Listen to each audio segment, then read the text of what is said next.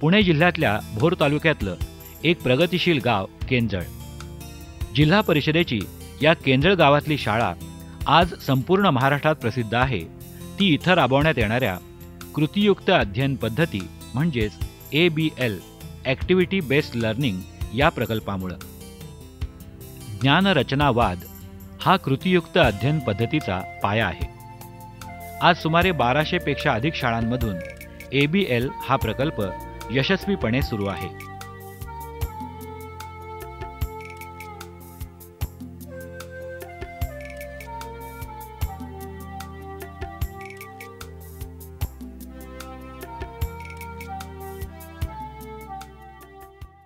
David हॉर्सबर्ग या शिक्षणतज्ज्ञानं 1944 मध्ये विकसित केलेली कृतीयुक्त अध्ययन पद्धत आज विद्यार्थ्यांच्या ज्ञानाचा स्तर उंचावण्यासाठी अतिशय मोलाची ठरते आहे. मूल स्वतःच्या अनुभवातून आणि कृतीतून स्वतः ज्ञानाची निर्मिती करतं, हे ज्ञानरचनावादाचं तत्त्व कृतीयुक्त अध्ययन पद्धतीत वापरलं आहे. मुलांनी स्वतः विविध कृतींद्वारे शिकावं, हा कृतीयुक्त अध्ययन पद्धतीचा गाभा आहे. छोटे छोटे घटक, उपघटक, विविध सोप्या आणि मनोरंजक कृतींद्वारे मुलं शिकली तर ते अध्ययन अधिक टिकाऊ होतं, ही कृतीयुक्त अध्ययन पद्धतीमधली मुख्य कल्पना. कृतीयुक्त अध्ययन पद्धतीतल्या वर्गखोल्यांची रचनाही नाविन्यपूर्ण असते. वर्गातल्या भिंतींची विषयानुरूप 3 स्तरांवर विभागणी करण्यात येते.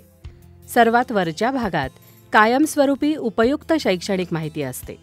मधल्या स्तरावर माहितीबरोबरच शिक्षकांना विषयानुरूप तक्ते लावण्यासाठी रचना करण्यात येते. सर्वात खालचा स्तर हा मुलांच्या अभिव्यक्तीसाठी राखून ठेवलेला असतो. वर्गातल्या एका बाजूला विविध कृतींसाठी आवश्यक साहित्य मुलांना सहजपणे घेता येईल अशा प्रकारे ठेवण्यात येतं. अध्ययन कार्ड, शैक्षणिक कोडी, शैक्षणिक खेळ, प्रतिकृती असं विविध साहित्य ट्रेमध्ये मुलांसाठी उपलब्ध केलं जातं.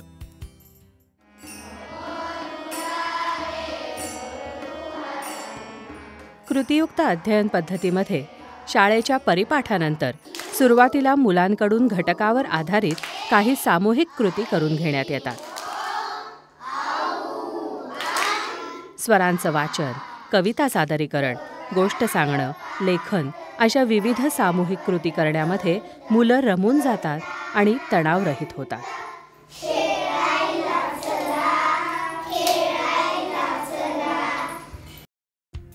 इयत्ता 1 ते इयत्ता 4 सर्व मुलं कृतीयुक्त अध्ययन पद्धतीमध्ये एकत्र शिकतात. मुलांच्या विविध कृतींचं शिक्षक सतत निरीक्षण आणि मूल्यमापन करत असतात. मुलांनी करायच्या प्रत्येक कृतीसाठी कृतीचं वर्णन करणारी कृती कार्ड किंवा अध्ययन कार्ड तयार करून ट्रेमध्ये ठेवली जातात.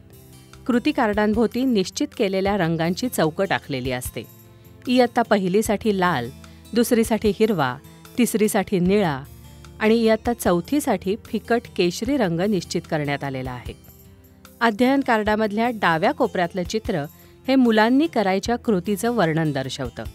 मुलांना अध्ययन कार्ड ओळखण्यासाठी त्यांच्या आवडीच्या विविध चिन्हांचा किंवा चित्रांचा वापर करण्यात येतो. त्याला लोगो असं म्हणतात. मराठी विषयासाठी प्राणी, गणित विषयासाठी पक्षी, इंग्रजी विषयासाठी वाहनं, परिसर अभ्यास 1 साठी फळं आणि परिसर अभ्यास 2 साठी दिवे असे लोगो वापरण्यात येतात.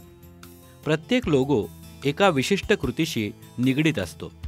उदाहरणार्थ, गाय हा लोगो कविता, गाणी, स्पष्टीकरण यासाठी, तर पोपट हा बेरीज या कृतीसाठी असतो.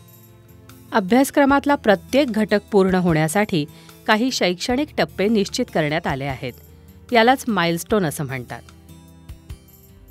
प्रत्येक इयत्तेच्या म्हणजेच प्रत्येक स्तराच्या अभ्यासक्रमाचं वार्षिक नियोजन इथं अध्ययन शिडीत करण्यात येतं. यामध्ये 10 पेक्षा जास्त माइलस्टोन्सची क्रमबद्ध मांडणी केलेली असते. क्रमबद्ध चित्रांच्या साहाय्यानं माइलस्टोनच्या माध्यमातून ही अध्ययन शिडी आकाराला येते. मेन लॅडर म्हणजेच मुख्य अध्ययन शिडीत मुलांनी वैयक्तिकरित्या करायच्या कृतींची मांडणी दर्शवण्यात येते. निरीक्षण, लेखन, वाचन आणि प्रयोग अशा वैयक्तिक कृतींचा समावेश मुख्य अध्ययन शिडीत करण्यात येतो. मुख्य अध्ययन शिडीच्या दोन्ही बाजूला पूरक अध्ययन शिडी म्हणजे साईड लॅडर यांची मांडणी करण्यात आली आहे. प्रत्येक महिन्यात मुलांनी गटांनी करावयाच्या कृतीची मांडणी पूरक अध्ययन शिडीत करण्यात येते. ही जी शिडी आहे याची रचना ही छोटे छोटे कृती प्रत्येक कार्डवर दिलेले असतात आणि हे एक एक कार्ड सोडवत मुलं ही शिडी पूर्ण वर्ष एका शैक्षणिक वर्षामध्ये पूर्ण करणं अशी अपेक्षा असते. या शिडीची सुरुवात ही 0 माइलस्टोन पासून सुरू होते आणि ती शिडी 10व्या माइलस्टोनला संपते. जेव्हा 10वा माइलस्टोन विद्यार्थी पूर्ण करतो तेव्हा त्याने एका शैक्षणिक वर्षामधील त्याचा इयत्ता पहिलीचा अभ्यासक्रम पूर्ण केला असं आपल्याला म्हणता येतं. आणि हा जेव्हा माइलस्टोन पूर्ण होतो त्याच्यानंतर खऱ्या अर्थाने मूळाक्षर शिकणं किंवा मराठी भाषा शिकण्यासाठी इथून पहिल्या माइलस्टोन पासून सुरुवात केली जाते. पहिल्या माइलस्टोनला सुरुवात झाल्यानंतर इथं त्याचं पहिलं कार्ड आहे बघा, वाघ 1. मग मूल इथं त्याचं हे कार्ड पाहतं वाघ 1. हे वाघ 1 कार्ड पाहिल्यानंतर ज्या इकडं ठेवलेले जे कार्ड्स आहेत ट्रेमध्ये तिथं वाघाचा ट्रे घेतं आणि वाघाचा ट्रे घेऊन त्याच्यामध्ये वाघ 1 हे लाल रंगाची बॉर्डर असलेलं कार्ड म्हणजे आता पहिलीचं कार्ड तो त्या ट्रेमधून घेतो. त्याच्यावर असणारी कृती तो संबंधित कृती करतो. ती केल्यानंतर त्याची मला दाखवतो की ही कृती मी केलेली आहे. अशा प्रकारे छोट्या छोट्या ॲक्टिव्हिटीज तो पूर्ण करत पुढच्या लोगोजचे कार्ड्स घेत जाऊन आपले माइलस्टोन पूर्ण करत असतो.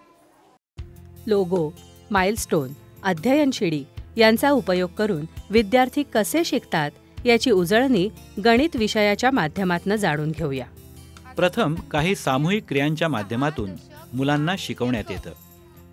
यानंतर मुख्य शैक्षणिक शिडीजवळ जाऊन मुलं माइलस्टोनमधील कृती करायच्या लोगोची निवड करतात.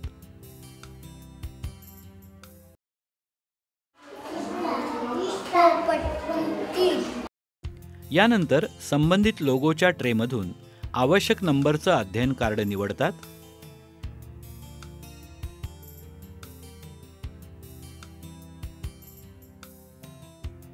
आणि त्यानंतर त्या अध्ययन कार्डवरील कृती पूर्ण करतात आणि तपासून घेतात.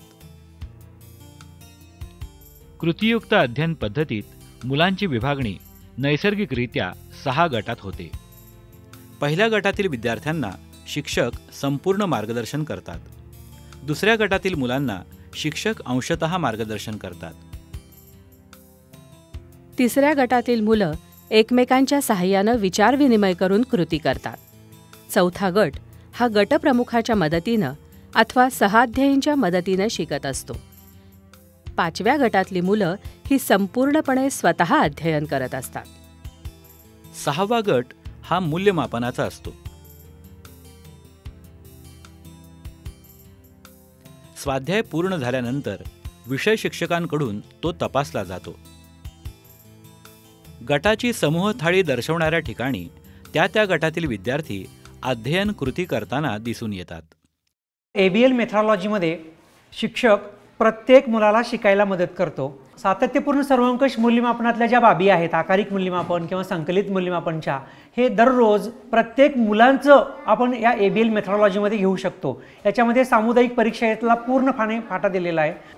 आमची मुलं ABL पद्धती म्हणजे शाळेत सर मॅडम शिकवतात आणि घरी आल्यावर सुद्धा त्या मुलांना अभ्यास वगैरे म्हणजे करा वगैरे असं सांगावं लागत नाही, ते मनाने करतात. शाळा व्यवस्थापन समिती सदस्यांच्या चर्चेत कृतीयुक्त अध्ययन पद्धतीतील सकारात्मक पैलू समोर येतात. ABL ह्या प्रकल्पामुळे पहिली, दुसरी, तिसरी, चौथी एकत्रित, त्यामुळे मुलांचा टीमवर्क एकमेकांना समजून घेणं. ABLमुळे मुलं क्रमाक्रमाने शिकतात आणि क्रमाक्रमाने पुढे जातात. जर तिसरीच्या मुलाला जर चौथीत जायचं असेल तरी ती पद्धत चालू शकते आणि जर चौथीच्या मुलाला जर पहिलीच्या वर्ग ABLचं येत नसेल तर ते पहिलीच्या कार्डवरचं पण तो अभ्यास करू शकतो. महाराष्ट्रातील असंख्य शिक्षक, शिक्षणप्रेमी, नागरिक आज कृतीयुक्त अध्ययन पद्धत जाणून घेण्यासाठी केंजळसारख्या शाळांना भेटी देत आहेत.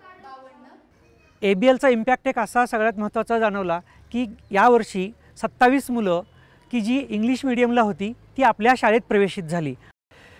प्रगत शैक्षणिक महाराष्ट्र आणि ABL ज्याच्यामध्ये रचनावादसुद्धा आहे, मुलं कृतीतून शिकतात, आनंददायी शिक्षण पण होतं. ABLसाठी ग्रामस्थांकडून पर्याय विशेष म्हणजे शाळा व्यवस्थापन समितीकडून भरीव स्वरूपाची मदत मिळत आहे. आम्ही ज्या काही गोष्टी सांगितलं त्या सर्व गोष्टी आम्हाला लगेचच उपलब्ध करून देते शाळा व्यवस्थापन समिती.